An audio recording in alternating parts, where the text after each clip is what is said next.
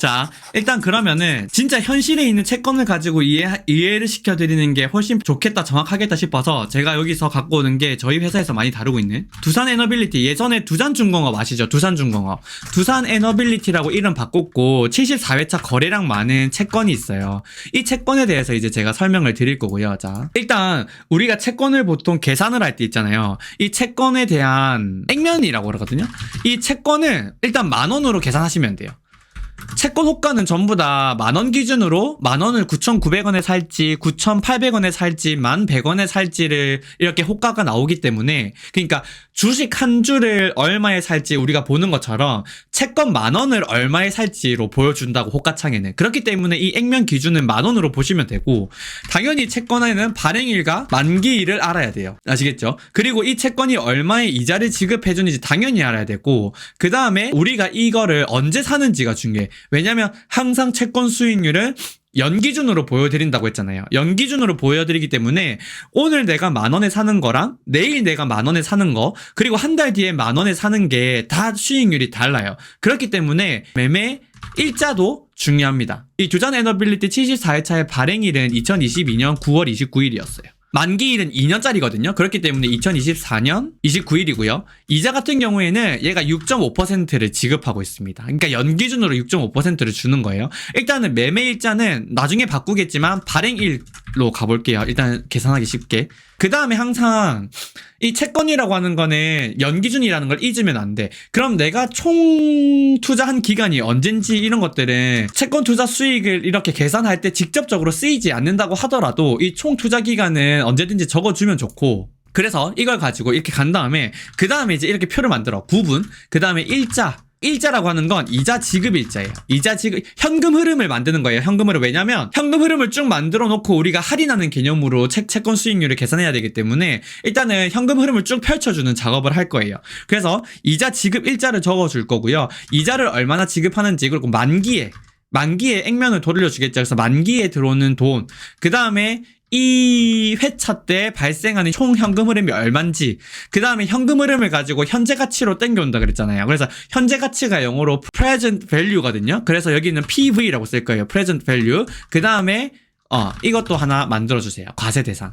왜냐면 채권 수익은 크게 두 가지로 분류가 되는데, 이자가 있고 두 번째로 내가 이 채권을 저렴하게 삼으로써 발생하는 자본 차익이 있어요. 아무튼 이렇게 두 개가 캐피탈 게인이 있는데, 이자 지급되는 거는 과세 대상 수익이고, 이 캐피탈 게인, 내가 채권을 저렴하게 삼으로써 발생하는 수익은 우리 주식 매매할 때 저렴하게 사서 비싸게 판다 해서 세금 안 내잖아요. 그거랑 채권도 똑같아요. 그래서 채권을 9,000원에 사서 10,000원에 상환받았을 때 그 차익만큼은 과세 대상이 아니거든. 그러니까 이거를 구분할 수 있어야 돼요. 채권 투자 수익률을 구할 때. 그래서 아무튼 이렇게 되는 거고, 이자 지급 일자는 3개월 단위 이표체거든요. 그러니까 이날 기준으로, 발행일 기준으로 플러스 3개월 뒤부터 이제 3개월 단위로 쭉쭉쭉 이자가 지급된다고 보면 돼요. 그러면 2022년 12월 29일에 이자가 지급되겠지. 그리고 2023년 3월 29일에 이자가 지급이 되겠죠. 그러면 이거를 쭉 해. 그래서 2024년 9월 29일까지 이렇게 이자가 지급이 될 거 아니에요. 이자는 얼마씩 지급되는 거예요? 10,000원 곱하기 6.5%인데 나누기 얼마 해줘야 된다 그랬어요? 4. 162.5원씩 주는 거예요. 이만큼 돈을 지급할 거고, 만기 때 만기 액면은 이달 주는 게 아니라 마지막에 주는 거잖아요. 그러면 이때 10,000원도 주게 될 거예요. 그죠? 그러면 이렇게 될 거고, 그리고 이 캐시플로우는 이 두 개를 더해주면 돼요. 내가 이자와 만기 때 받을 돈 이렇게 해서 이렇게, 얘도 똑같이 이렇게, 얘 만기 때만 다르겠죠. 만기 때는 162.5원이랑 10,000원이랑 받으니까 우리가 현금 흐름을 이렇게 만들 수 있어요. 현금 흐름을 만들었고, 그 다음에 중요한 게 이거야. 그러니까 채권은 이 현가화하는 게 핵심이라고요. 이게 제일 중요합니다. 그래서 현재 가치로 만들어줘야 되는데, 그럼 봐봐, 여기서부터는 그대로 쓰면 돼요. 4, 5, 6, 7 되고, 아까 전에 잠시 그림판으로 다시 넘어와서 이거 하나를 알려줘야 돼. 어떤 개념을 알아야 되냐면은, 아까 전에 우리가 채권 투자 할인해올 때는 이런 개념이었어. 그죠? 여기서 만약에 3, 6, 9, 12 그리고 나서 뭐였냐면 이때 사는 거였어. 이때 우리가 채권을 산다고 가정했을 때 이렇게 할인을 해왔잖아요. 할인을 어떻게 Y로 해줬는데 3개월 다니까 이렇게 해서 1승 이렇게 할인을 해왔잖아요. 근데 봐봐요, 내가 이때 사는 게 아니라 이때 샀다고 해봐. 이때 이자 지급이 되는 그 가운데 어느 시점에 내가 채권을 살 수도 있잖아요. 이거를 발행한 당일 바로 살 수도 없고, 이거 딱 이자가 지급되는 첫째 날에 딱 사는 수도 있는데, 이게 아니라 첫날 발행이 되고 나서 이자가 지급되기 전 그 어느 시점 중간에 내가 채권을 살 수도 있잖아요. 그러면은 이거를 이만큼 Y로 할인을 해오는 게 아니라 요만큼만 할인을 해야 될 거 아니에요. 요만큼이라고 하는 거는 얼마예요? Y에다가 나누기 일단 4를 할 거야. 근데 Y 나누기 4를 하면 요만큼 할인한 거거든. 요만큼. 근데 나는 요만큼만 할인을 할 거라고. 그러니까 더 적게 할인해야 돼요. 그럼 어떻게 해야 되냐면은, 자, 여기서부터 좀 헷갈릴 수 있어요. 요 3개월 있죠? 이게 예를 들어서 92일이라고 할게. 근데 내가 이때가 계산하기 쉽게 90일로 할게요. 90일인데 발행하고 나서부터 45일 뒤에 이때 내가 채권을 샀어. 그러면 요만큼만 할인해야 되잖아요. 요만큼만. 이만큼 얼마 남았어요? 45일. 90일 중에 45일만 남았잖아. 그러면은 Y 나누기 4에다가 얼마? 총 90일인데 45일만 할인해 올게. 이렇게 되는 거예요. 뭔 말인지 이해돼요? 그래서 1 플러스 Y 이만큼만 할인을 해오게 됩니다. 이 개념을 좀 이해할 수 있어야 돼. 그러니까 내가 언제 채권을 살지 모르기 때문에 이자가 서로 지급되는 그 중간 언제쯤 샀을 때는 그 시간만큼만 할인을 해줘야 된다라는 개념이 들어가야 되거든요. 이 개념이 조금 어려울 수 있어요. 그러다 보니까 여기는 뭘 적어줄 거냐면 직전 이자 지급일부터 향후 지급되는 이자일까지의 총 기간과 그 다음에 내가 매매 샀을 때부터 향후 지급되는 일자의 그 차이가 필요해요. 그래서 여기다가 뭐라 쓰냐면은 직전 이자 지급일이 필요하고요. 그 다음에 직후 이자 지급일이 필요합니다. 현재 기준으로. 근데 나는 지금 언제 매매 일자가 발행일 기준이잖아요. 발행일 기준이기 때문에 직전 이자 지급일 같은 경우에는 언제로 보냐면 2022년 9월 29일로 보면 되고 직후는 2022년 12월 29일로 보면 돼요. 그러면은 이 두 개의 총 차이가 필요하다고. 이렇게 이해돼요? 이 두 개의 차이는 91일이야. 고니님, 그럼 365일 나누기 하면 안 돼요. 왜냐면 관행이야, 이건. 관행이에요. 3개월 단위 이표채는 3개월 단위로 할인을 해줘야 되고, 이거 좀 이따 말씀드리겠지만, 관행이기 때문에 아까 그 개념 그대로 가지고 오셔야 돼요. 이걸 안 가지고 365일 기준으로 만약에 할인을 해오면, 그 채권 수익률은 우리가 말하는 YTM이랑은 다른 개념이 돼버려요. 그래서 이거는 꼭 같이 따라와 주셔야 되고, 여기에 뭘 적냐면, 요거, 향후 지급 일자부터, 아까 그 그림판으로 보여드리면은 요 일자 있죠. 요 일자를 가지고 올 거예요. 내가 산 날로부터 향후 지급 이자일까지의 그 일수, 그걸 가지고 올 거예요. 그걸 가지고 오면 이렇게 되는 거예요. 여기에는 뭐가 되는 거예요? 이자 지급 일자는 향후 12월 29일인데 내가 산 날짜는 이날이잖아. 그럼 이날을 빼줘. 그럼 이날을 갖고 오는 거야. 이렇게. 90일. 됐죠? 일단 이렇게 들고 와야 되는 거고, 그 다음부터 뭘 하자? 할인을 해오자고.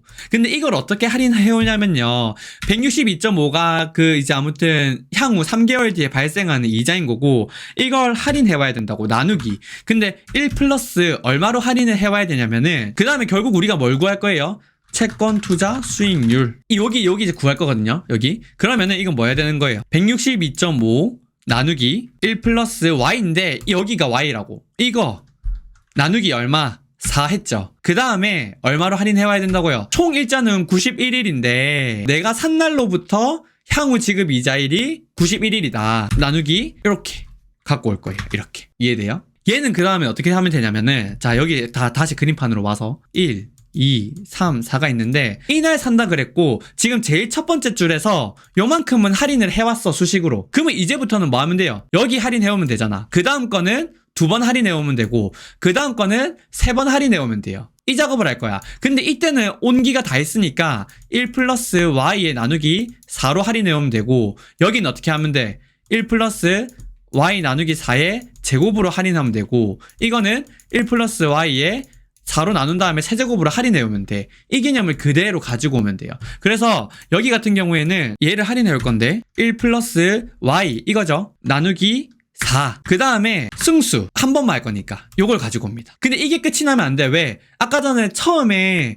그 조금 며칠에서 며칠 중에 며칠만큼 할인을 더 해와야 되잖아. 그래서 여기 처음에 썼던 거 요거 나누기 요거 그대로 가지고 와주면 돼요. 요거를 요렇게 해서, 자, 이까지 온기로 할인을 했는데 이거를 아까 전에 처음 했던 걸로 한 번 더 나눠주는 거예요. 이렇게 되는 거예요. 그 다음에 이 수식을 쭉 가지고 오면 어떻게 되냐면, 일단은 여기 우리가 써야 되는 게 요거 현금 흐름 빼고는 전부 다 뭐 해야 돼요? 절대 참조. 여기 절대 참조, 절대 참조, 절대 참조. 이렇게 해온 상태에서, 자, 이렇게 해올게요. 이렇게 해오면은 얘 같은 경우에는 1승 할인율로 한 번 나눠주고 그 다음에 요거 경과 발생한 부분 나눠주고 그 다음에 얘는 그러면 뭐예요? 여기 두 번 나눠줬죠. Y로 나누기 4를 한 다음에 두 번 나눠주고 쭉 쓰고 그 다음에 여기는 그러면 세 번 나눠주고 쓰고 여기는 네 번 나눠주고 쓰고 여기는 5제곱으로 나눠주고 쓰고 여기는 6제곱 여기는 7제곱하고 쓰고 이렇게 되는 거예요. 그리고 여기에 대해서 내가 뭘 구해야 된다 그랬어요? 합을 구해야 된다고. 그러면 여기다가 썸을 하고 이거를 더해주면 돼요. 그럼 이렇게 되겠지. 이까지 이해돼요? 자, 그럼 이까지 우리가 다 계산을 했을 때 11,300원인데 나는 이 채권을 10,000원에 샀어요. 10,000원에. 10,000원에 샀다고 가정했을 때 이 채권 투자 수익률이 궁금한 거잖아요. 여기서 데이터를 가요. 데이터를 간 다음에 데이터 툴이 있어. 여기 데이터 툴에 보면은 와디프 어널리시스라고 가면 골식 있잖아요. 골식. 골식을 찾으면은 이게 그 목표가 찾기. 이걸 쓸 건데 어떻게 쓸 거냐면 자, 이렇게 나와요. 셀을 셀렉하래. 셀을 셀렉. 이렇게 있을 때, 자, 셀을 셀렉할 건데, 우리는 이 값을 알아요. 이 값을, 얼마? 10,000원. 내가 이거를 10,000원으로 샀을 때 뭘 궁금해하는데, 바이 체인징 셀. 이 매매 금리. 채권 투자 수익률이 궁금하다고. 이렇게 해주는 거예요. 오케이. 이렇게 나오는 거예요. 이까지 이해돼요? 근데, 내가 매매 일자가 2022년 9월 29일 발행일이랑 똑같고, 그 다음에 10,000원이기 때문에, 이자랑 그대로예요. 6.5%. 왜냐면 내가 이거를 더 저렴하게 사거나 비싸게 사거나 한 게 전혀 아니잖아요. 그러니까 이자랑 똑같은 수익률이 나올 수밖에 없다고.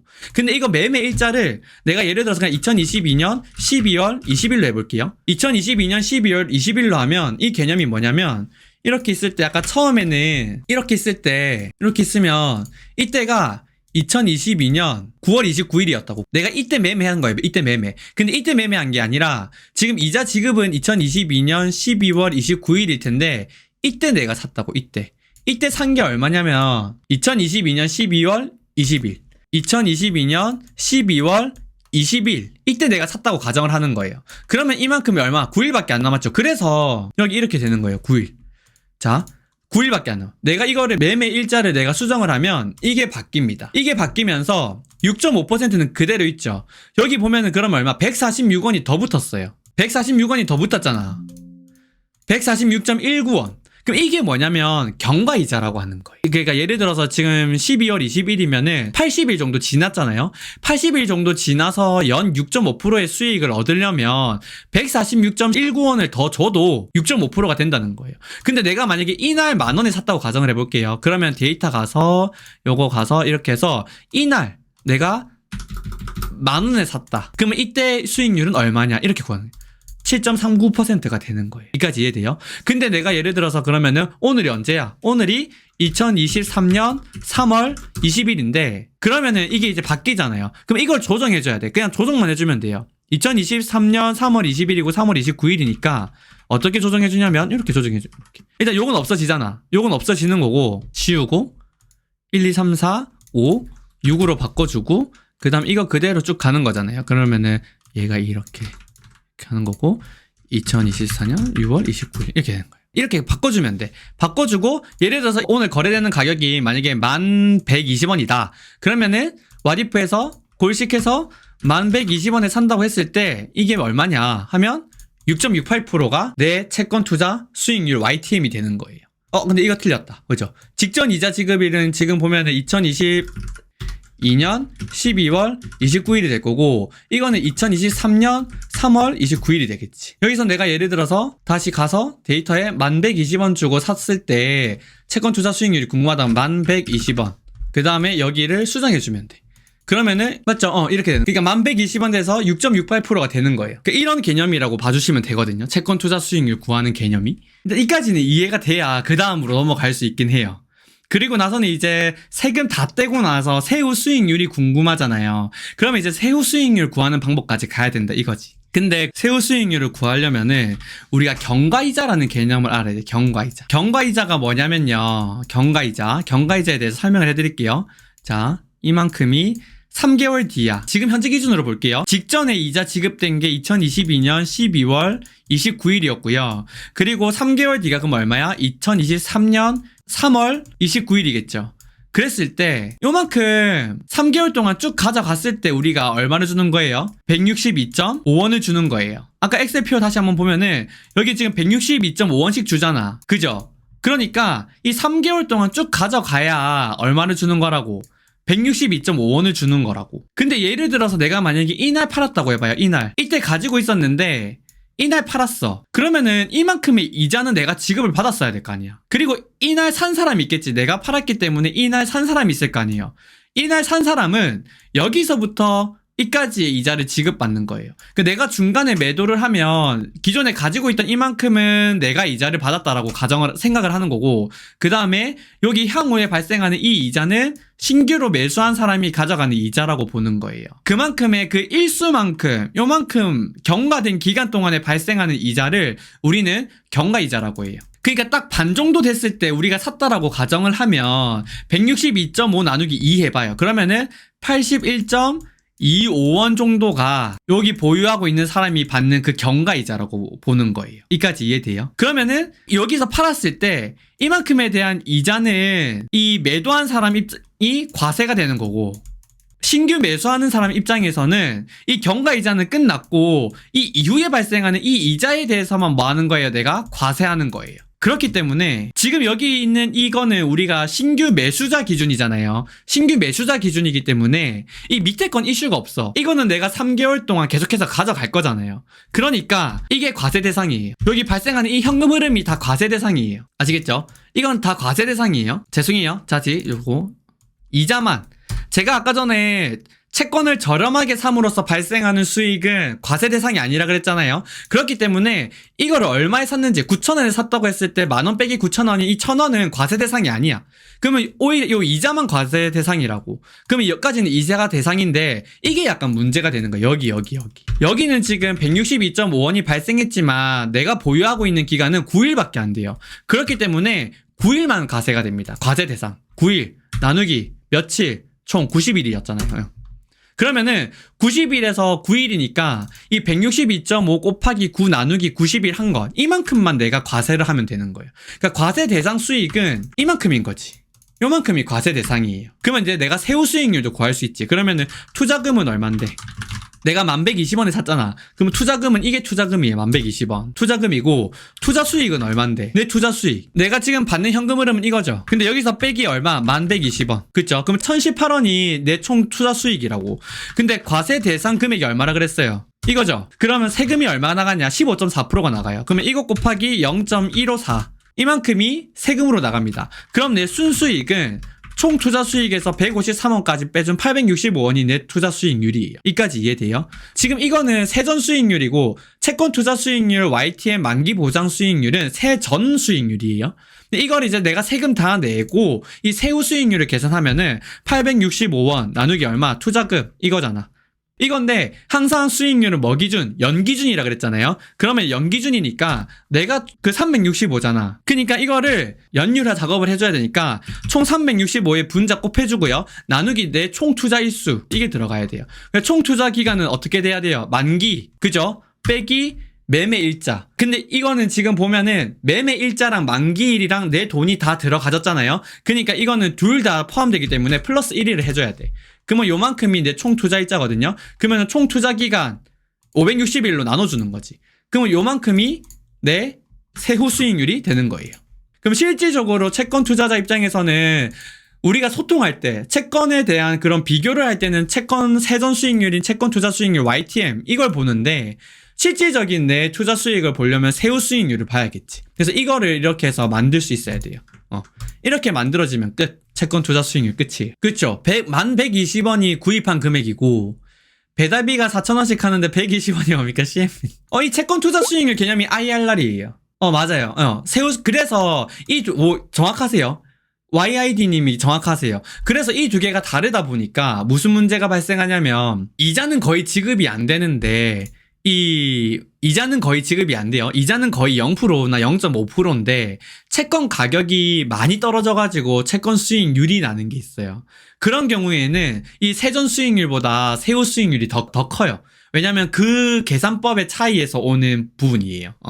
그래서 그거 두 개는 좀 이해해 주시면 되고, 이 채권 투자에 있어서 세후 수익률이라는 개념 자체가 없어요. 이걸 만드는 이유는 채권 투자하는 개인분들이 내 실질적인 투자 수익 세후에 비용 다 제하고 실질적인 채권 투자 수익률이 궁금한 사람들을 위해서 인위적으로 만든 거다 보니까 그 개념을 그대로 접목시켜서 주식 투자한 것처럼 보여드리는 거예요. 그래서 지금 이게 이렇게 나오는 거고, 채권 투자 수익률에 있어가지고 채권 투자하면서 소통하는 거는 이 개념밖에 없어요.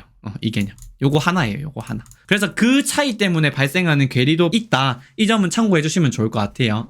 그래서 IRR이라는 개념을 아시는 분이라고 하면 이 YTM이라고 하는 채권 투자 수익률이 곧 IRR이다. 이렇게 생각해 주시면 돼요. 개인 입장에서는 세후 수익률이 중요하죠. 특히 금융종합소득에 고율과세 되는 사람이면 세금이랑 건강보험료 액수도 무시 못하죠. 그래서 우리가 금융소득 있잖아요. 과세 대상 금융소득은 2천만 원만 넘어가면 되거든요. 채권 투자를 하면서 연소득 이제 조금 자산가들이 채권 투자를 많이 하다 보니까 과세 대상되는 이자로만 2천만 원을 넘으시는 분들이 많아요. 그러면 이제 금융종합소득세 대상자가 된단 말이야. 그러면 이제 그 소득이 높으면 그 소득에다가 소득세 비율 그대로 때리거든요. 그러니까 15.4%가 아니라 훨씬 더 높은 세율이 나갑니다. 그렇기 때문에 이자가 높으면 다 과세가 많이 되니까 이자 높은 채권보다는 똑같은 채권 투자 수익률이긴 한데 과세 대상 수익이 많이 없는 저렴한 채권을 선호하는 게 많아요. 그래서 똑같은 채권 투자 수익률이라고 하더라도 내가 저렴하게 사서 이 채권 투자 수익률이 높은 게 세후 수익률도 높다. 이 점은 참고해 주시면 좋아요.